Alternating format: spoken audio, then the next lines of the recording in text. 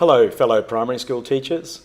We are here today to tell you all about creativity and why it is so important for you in your classroom practice. As teachers and students are pretty much the opposite sides of the same coin, I've invited my offsider, Toby Minecraft, to join us today and make sure we're keeping in mind the real beneficiaries of our work in the classroom as we explore this topic. Say hi to everyone, Toby Minecraft. Hi everybody. So Toby Minecraft, what do you think creativity means? Well, it's like with Lego. If you just follow the instructions, it's not creative. But if you make it up yourself, it is creative. So if being creative means making it up yourself, can you be creative in Minecraft? Yes.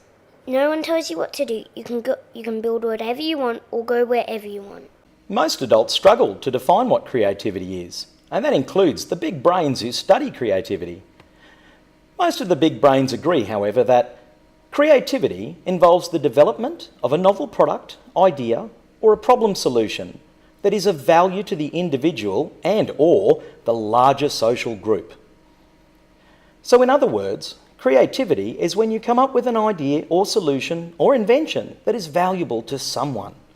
However, depending on who you are or in what situation, valuable is a very subjective word.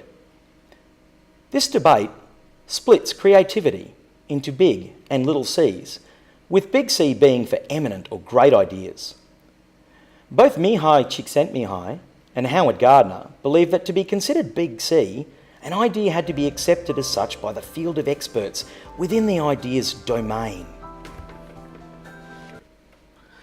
So really famous people, such as Einstein or Picasso, were considered big C creative people because the field of experts in their domains of science or art agreed that they were. What about Van Gogh? Nobody liked his paintings while he was alive. Does that mean he wasn't big C creative? Good point. Van Gogh was ahead of his time.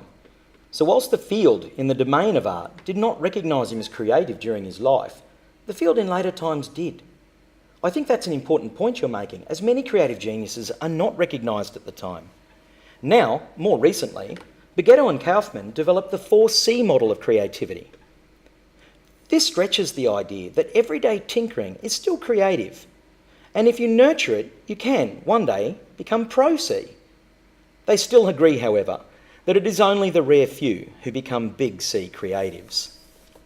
Well, Stampy Cat would definitely be big C creative. I don't think so. Well, in the domain of Minecraft, all the field of experts agree Stampy Cat is a genius. That includes Notch, the creator of Minecraft. Doesn't that make him a big C? I'm not sure that video games count. Why not? Good point. In any case, there are many other people who agree with similar ideas to the 4C model.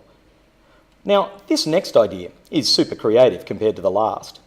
Instead of 4Cs, a guy called Rhodes came up with the idea of 4Ps instead. He actually did this before Bagetto and Kaufman.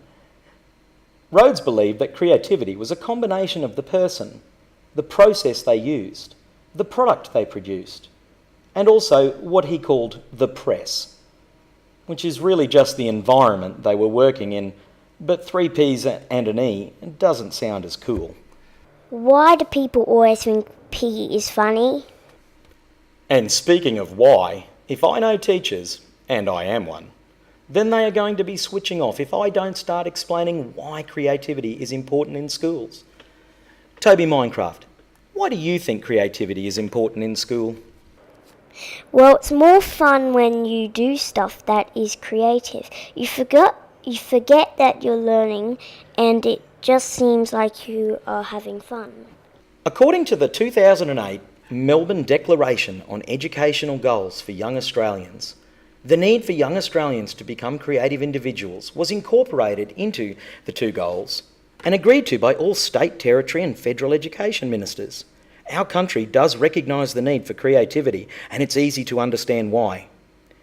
Many contemporary theorists, such as Tina Seelig, have said that creativity is part of a bigger process that starts with imagination and can lead to innovation and entrepreneurship. In an ever-changing world, It is innovation that has allowed humans to survive and thrive. Creativity is the cornerstone of innovation, and without it, we may be in trouble. There is still much debate over Rhodes' idea of the press or environment, and what kind of environment is best to harness the creativity of people. Csikszentmihalyi argued in his famous work on the concept of flow that to be at your most creative, you need a balance of stress factors. More recently, however, experts such as Hennessy have argued that to truly foster creativity, you need a completely unrestricted environment, free from external factors such as time constraints, competition and rewards. Both may be right depending on the circumstances. Seelig, borrowing from others, stated that high creativity combined with high pressure would result in a mission-like task, whereas high creativity combined with low pressure would result in more of an expedition. With the high creativity removed, you are left with students who are either on autopilot or on a treadmill. I would recommend using one of the many creative process models to examine the problem of what your goals for your students are and designing your lessons accordingly. If we can find ways to nurture, enhance and promote the creativity of young Australians in schools, then we all have a better chance of success in the future. Okay, Toby Minecraft, now we've got the video out of the way, what are we going to do in Minecraft today? How about a Stampy building challenge? That sounds like a bit of a mission to me.